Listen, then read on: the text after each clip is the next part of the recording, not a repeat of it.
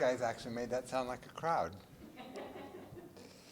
Well, good evening, everybody. I feel like we should have wine like some cities do at these things because you're going to want it. It's a long speech. You're forgiven if you fall asleep. I might even fall asleep.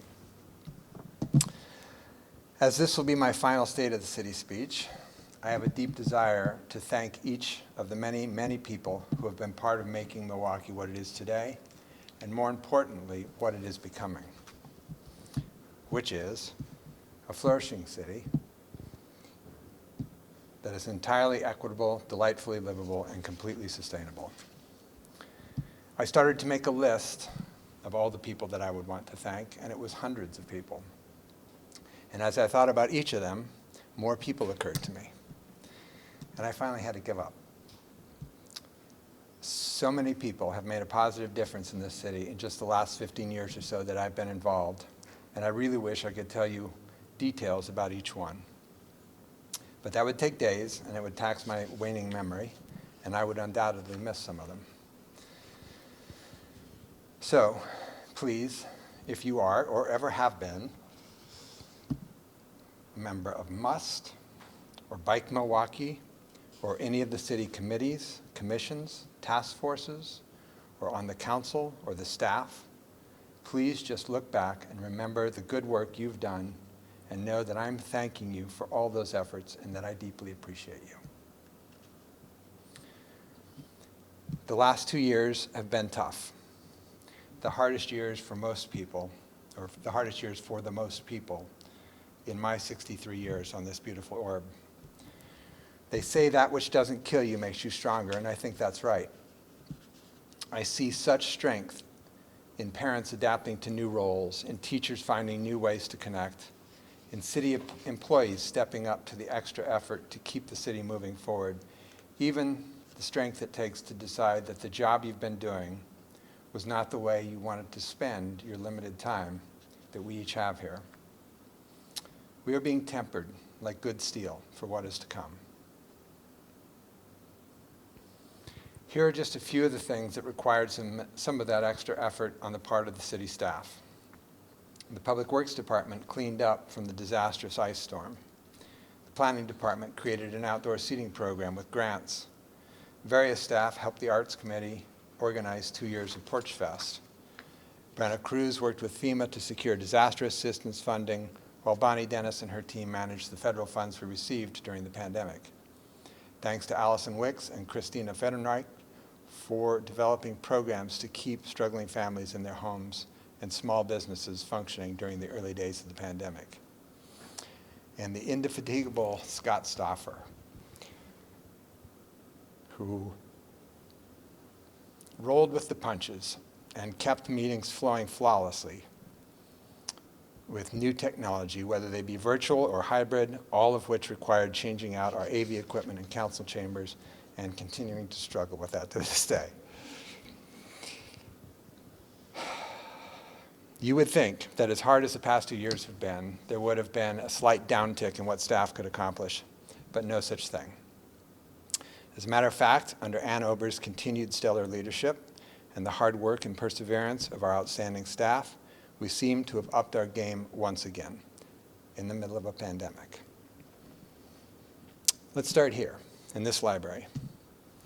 As you know, we opened this beautiful green building just a few months before the world shut down. And it's been open and closed off and on since then. But even, and especially when it was closed, Katie and her very creative staff made sure to find special ways to serve folks. They continued to circulate hundreds of thousands of books. They got nearly 1,500 free books to kids through 18 different community partners. 480 Valentines went to homebound seniors via Meals on Wheels. There were 2 story walks in Scott Park for families last summer, and 40 storytime videos were produced. They also handed out 3,557 book bundles. Now let me tell you what those are and why it matters. If you were like me when I was a kid, you would come to the library, peruse the shelves, and eventually check out a big old stack of books. Well, during COVID, when the library was closed and only partially reopened, You needed to be able to have a specific title in mind in order to reserve it for pickup. But for folks like I was as a kid, staff would make picks and create bundles in English and Spanish for kids, young adults, and adults, so that folks could just grab a stack of books, hand-chosen by our wonderful staff to be a good read. This great idea that they've been doing for 15 years really took off this year. So when they reopened the community room for limited browsing a year ago, they stocked the room with those same bundle choices, and it's been so popular, it's almost a full-time job to keep up with the demand. On an average day, they were checking out over 30 bundles. There's even more goodness from the library staff. 203 kids received new rain boots at the library-hosted Clackamas Parenting Together Make a Splash event. 388 grab-and-go kids' craft bags were sent to Wichita Center's curbside food pickup pantry. There were drop-in programs with hundreds of craft bags and free sack lunches. And oh, by the way, totally unsurprisingly, this library won the 2021 American Institute of Architects Regional Design Award. The great racial awakening that was sparked by George Floyd's brutal murder has caused some deep soul-searching for many cities, Milwaukee among them. The work we were already in the middle of to erase our racist zoning laws was just the beginning. Council made equity a top goal, and the city hired our first equity program manager. Since then, we've had staff and council equity trainings, formed the Equity Steering Committee, held 6 staff equity lunches, and lunch and learns, and supported our community's first Juneteenth celebration. In the last year, the city has worked to strengthen its partnership with the Confederated Tribes of the Grand Ronde. We very much look forward to working with the tribe and the North Clackamas Parks and Recreation District to place the proposed fish heron sculptures at Milwaukee Bay Park. Locating these herons on a seasonal basis at Milwaukee Bay is part of our community's ongoing work to recognize and honor the people who first called this area home. And by helping to highlight the importance of the annual Chinook Salmon Run, Milwaukee is calling out the importance of the rivers and the work to restore the water to a healthy state. Our police department has joined in the equity effort wholeheartedly. In addition to the trainings, the PD used an equity lens to review all of our police policies and our labor contract with the community members. They also developed and published a police equity page. Our PD has continued to take on the challenges of an incredibly difficult profession throughout the pandemic, and they set a high bar for themselves. As an example, in June this past year, Sergeant Jeff Rogerson, Officer David McVeigh, Officer Daniel Duke, and Officer Brad Walter responded to a call of a violent attack in downtown Milwaukee. Not only were they able to quickly disarm the assailant and take him into custody without injury, the victim's life was saved when Officer McVeigh provided immediate medical attention. Our detectives division also continues to excel. This year, the team received a federal commendation from the United States Attorney's Office for their incredible work with the ongoing investigation of the Philip Gatto homicide from 2016. The lead detective on the case, Tony Cheragino, assisted by the rest of the team, has developed 6 federal indictments. All 6 individuals are now in custody, and the massive case is scheduled to be prosecuted federally next year as they seek justice and closure for the Gatto family. Collaborative partnerships continue to be a cornerstone of our team. This year, they worked with some truly amazing community advocates to best serve Milwaukee. The continued work with Love One, a nonprofit organization now recognized as Volunteers of the Year, Brandy and Tom Johnson, has resulted in increased services and advocacy for our houseless community. The police department's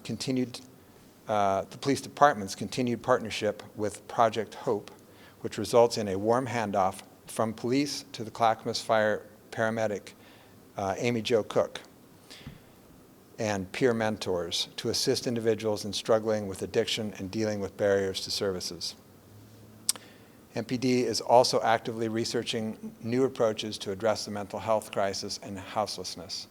Our police department continues to be a leader in both the traditional aspects of their profession as well as innovative approaches and programs designed to enhance the safety and livability of our community for all. The street crew had a busy summer and spring.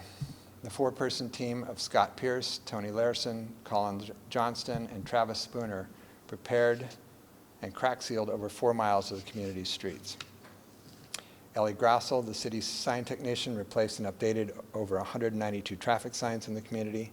The sewer crew, Chris Calhoun, Chase Barnes, Mike Gentry, and Damian Alvarado, focused their efforts on the maintenance of sewer lines and cleaned over 14 miles of sewer, which is almost 20% of the system. The stormwater crew, Andy Maude, Jacob Learbach, and John Bunting, completed several new dry well installations in the community to alleviate flooding and cleaned over 2 miles of storm sewer. Natural areas, green spaces, and the urban forest have always been important to the Milwaukee community and city staff. Embedded in the city's Public Works Stormwater Division, the Natural Resources team is responsible for maintaining all of the rain gardens across the city, ensuring street trees' health, public tree plantings, permitting and maintenance of, as well as Arbor Day celebrations and Tree City USA requirements. With a team of only 3 staff, the city's Climate and Natural Resources Manager, Natalie, Urban Forester, Courtney, and Natural Resources Technician, Galen, have managed to implement these natural resources programs while taking on unique projects around Milwaukee. Recently, Galen and Courtney have been focusing on improving stormwater green spaces, including the Willow Place natural area in Lake Road neighborhood. In the last year, Galen and team removed hundreds of pounds of invasive ivy and blackberry from Willow Place, improved trails throughout the property, and opened up space for new native plantings that will continue to improve the habitat and utility benefits of Willow Place natural area. Galen and Courtney are excited to extend the opportunity of helping restore Willow Place to community members in the upcoming Earth Day volunteer event on April 23rd, where folks can help remove some more invasives and plant beneficial native plants on the site. A short walk through the site will allow you an opportunity to see the amazing improvements and benefit from a little forest bathing. As we enter the spring season, we also enter the first annual City Board and Committee recruitment process. In an effort to streamline our volunteer recruitment and interview process, the city has launched the first annual campaign. If you have ever had an interest in being more engaged and involved in our community, I encourage you to visit www.milwaukee.gov/BC to learn how you can apply to serve on any of the city's 12 standing boards and committees. From the Arts Committee to the Tree Board, our volunteer committees do critical work on behalf of the city. Now is the time to take the first step in becoming a city volunteer board member. Speaking of getting involved, we are just finishing up our 3rd year of the Milwaukee Leadership Academy, which is a program that helps potential future leaders learn about the functioning of various city departments and all the things it requires to run a city. We are intending to continue to offer this program going forward. Housing affordability is something we have been concentrating on for several years now, and we are addressing it in several different ways simultaneously. As most of you know, the housing market is very tight, both for sale and rent. The best solution to that generally is to increase the number of units available. So some of the work we've done over the last several years is just encouraging a broad variety of new housing construction. We have over 1,500 units currently in the pipeline, nearly 1/3 of which will hopefully be either deeply affordable or at least workforce housing. The other 2/3 will be market rate. Of course, all of this work means that the deeply respected Samantha Vandergriff and her team have been very, very busy over the last few years with 19 inspections a day on average. Our community development department, which oversees such things as building, planning, economic development, and housing, has been steeped in implementing the city's recently adopted comprehensive plan, as well as ensuring that we conform to the cascade of new statutes coming out of our legislature. One project in particular, which is near and dear to me, is the creation of the Middle Housing Code. This code is required as part of the state statute HB 2001, and the city has done a great job making sure it meets the letter of the law, but also calibrates it to best support the specific housing needs and climate goals of the city. Vera Colias and Laura Weigel along with a whole planning team, have done such a fantastic job gathering community input, leading the many public hearings, and navigating the often complex direction from me and my colleagues on council. This isn't a simple change in how cities manage housing and land use. It's a significant shift in the historical paradigm, and I'm looking forward to working through the final issues so that more housing can become available to all of our families. We should see some very cool and innovative projects start once this code work is complete, and that should result in some homes available at a significantly lower price point than most of what is being built in the region today. A few years back, the city created a construction excise tax on market rate housing in order to be able to cause additional affordable housing units to be built. To date, we've raised about $1.2 million. In June, we will be awarding those funds in various projects around the city to garner more affordable units. Some of the other efforts we've taken around housing include making our renter protections permanent so that there is truly a 90-day slowdown for no-cause evictions. We also had development charge waiver pilot program for accessory dwelling units that resulted in 10 new ADUs very quickly. We will be releasing a request for qualifications for more affordable housing to be built on the old TriMet site off of Sparrow early this summer. Several really great providers of affordable housing are already interested.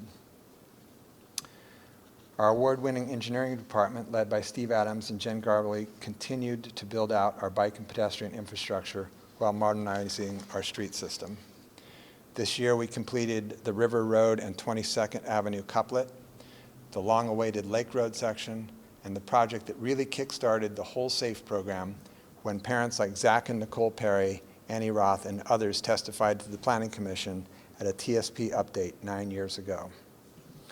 They told the Commission that even though they lived very close to Linwood School, they were not comfortable allowing their kids to walk or bike to school because of the lack of infrastructure.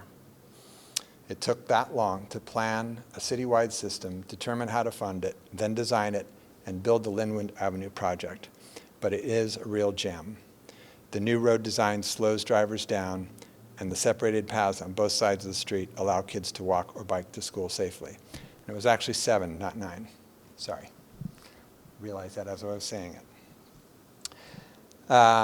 The SAFE projects under construction this year are on 42nd and 43rd Avenue, as well as Home Avenue. We know that the construction period is very disruptive, but I think most of the folks on Linwood will tell you it was worth it. We will continue building out this system over the next 6 years until it's safe for anyone from ages 8 to 80 to ride, walk, or roll anywhere in the city. Speaking of the TSP, we will be kicking off our transportation system plan process to align with our new comprehensive plan late this summer or early fall. I'm very excited to begin those conversations and for the community to consider a variety of transportation solutions, including redesignating all of our neighborhood streets as Wooners. Wooners are a concept that began in Holland that makes the street a space that makes the street space on a neighborhood street, a low-volume street, more of a community space where cars are expected to drive slowly. This idea can make our neighborhood safer, save the city money, create more space for trees, stormwater management, benches, and parking, as well as reduce cut-through traffic. In conjunction with our SAFE program on collectors and arterials, our city should be a much more comfortable place to be outside of a car. In addition to the projects I just talked about that rebuilt or repaved 4.4 miles of roadway, constructed 3.6 miles of sidewalk and multi-use paths, added 73 ADA ramps and 3.1 miles of bike lanes, we also slurry sealed 6 miles of roadway, adding years of use to the existing roads. One transportation event that we were able to hold this pandemic year was the 5 weekends of Carefree Sundays spread all over the city, where families finally got an opportunity to hang out, play, and learn together. I kind of breezed past the part where I called our engineering department award-winning. A few years back, we completed the path through Kronberg Park that connects downtown to the Island Station neighborhood and the Miramont Lodge apartments. Well, this year, the project won the National APA Award for Best Project under $5 million. Congratulations to Kelly Brooks, Steve Adams, Jennifer Garbely, and the rest of the crack engineering team. While we do not manage our parks, we do continually look to add new ones and build out the ones we have. The final stage of Milwaukee Bay Park is mired in political machinations due to underhanded efforts by Clackamas County Commissioner Paul Savas. It's hard to say at this moment what the next best step for Milwaukee is, but it may be to remove ourselves from NCPRD and start our own parks district. As it turns out, we would have a good start on it thanks to the $2.25 million in federal funding for 3 parks that was directed to us by our state senator, Kathleen Taylor, and our wonderful state rep, Karin Power, who is serving out her final term this year. Karin started with us almost 8 years ago on the city council and helped get the SAFE program going, helped pass the library bond that built this outstanding building, helped hire our excellent city manager, Ann Ober, before she moved on to serve as our state rep for the last 6 years. She was voted the most effective freshman in her first year in Salem and has continued to be a powerful and thoughtful legislator. It is Oregon's loss that the House couldn't manage to pass the pay equity bill that would have simply paid our hardworking legislature an average Oregon wage of a little over $60,000. Please join me in thanking her for her service.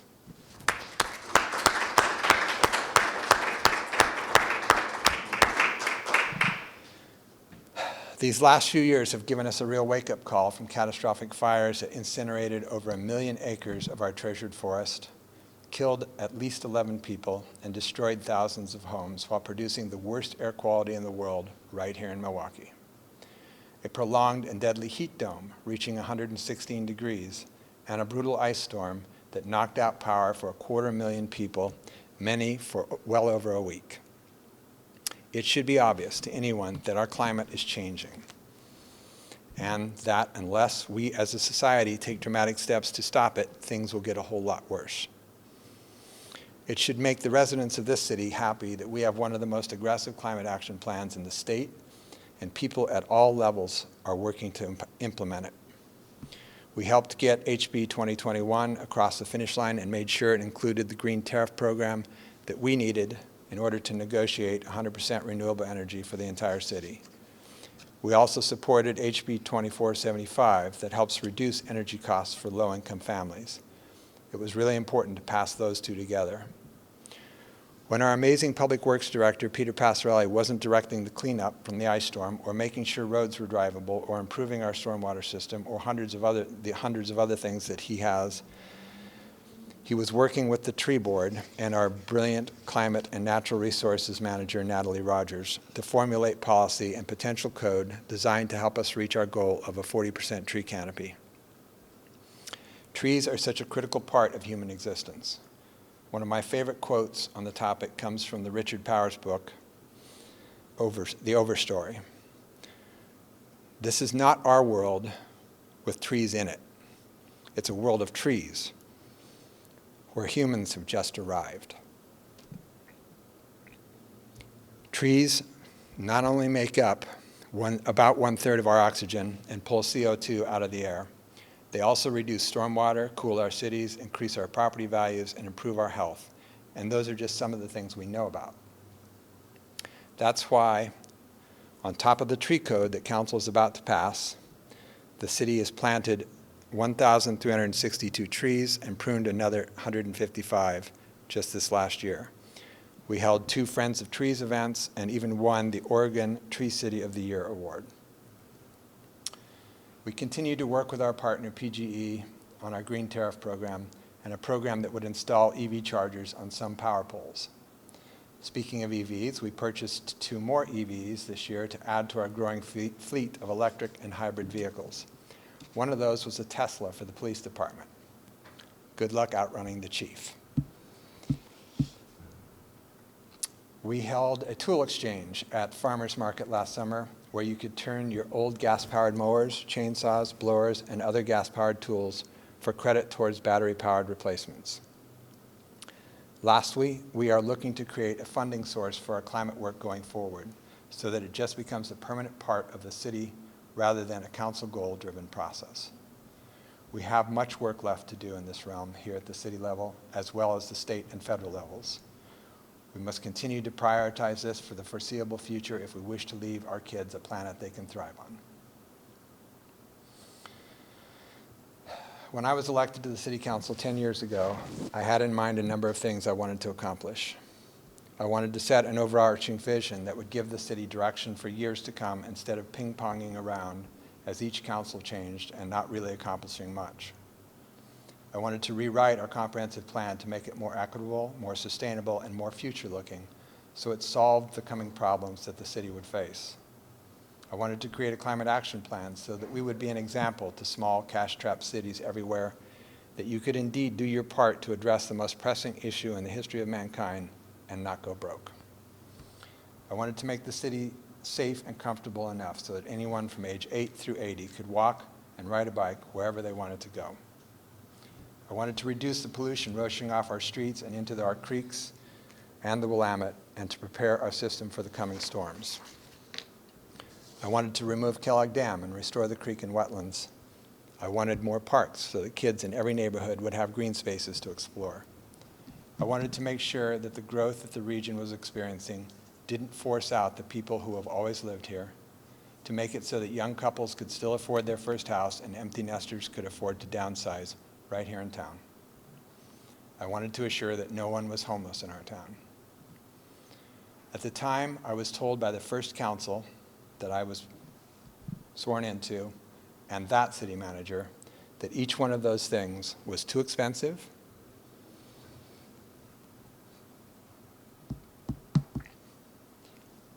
it couldn't be done, it wasn't in our control, and we didn't know how to do it.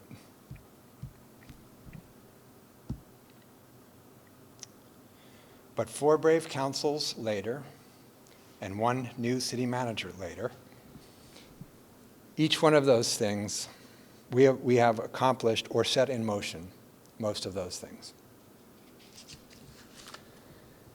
It will require another leader and more brave councilors like Karen and Lisa, Shane, Wilda, Angel, Kathy, and Desi to finish them and to make Milwaukee a flourishing city that is entirely equitable, delightfully livable, and completely sustainable. This path was not without pain or loss. As with all great endeavors, we find ourselves tested to our limits, often testing those closest to us because of the sheer proximity. As I reflect on these challenges, I wish to hold myself accountable for and acknowledge the unsung sacrifices of my nearest and dearest, so that I could continue to serve this community. It cost me my marriage and my home, and I would be remiss if I did not apologize publicly to Chantel, Forrest, Summer, and McKenna. It wasn't fair for me to ask you to sacrifice for the greater good. Thank you for your continued love and support, your strength, and your grace. I love you all. Lastly, and with great gratitude, I want to thank Kendra Geringer for stepping up to be my partner, to weather my ups and downs, my poverty and distraction. I love you, Kendra. I would not have been able to stay the course without you and your unflagging belief and loyalty. It has been my great honor to serve the city and all of the wonderful people in it. Godspeed to you all.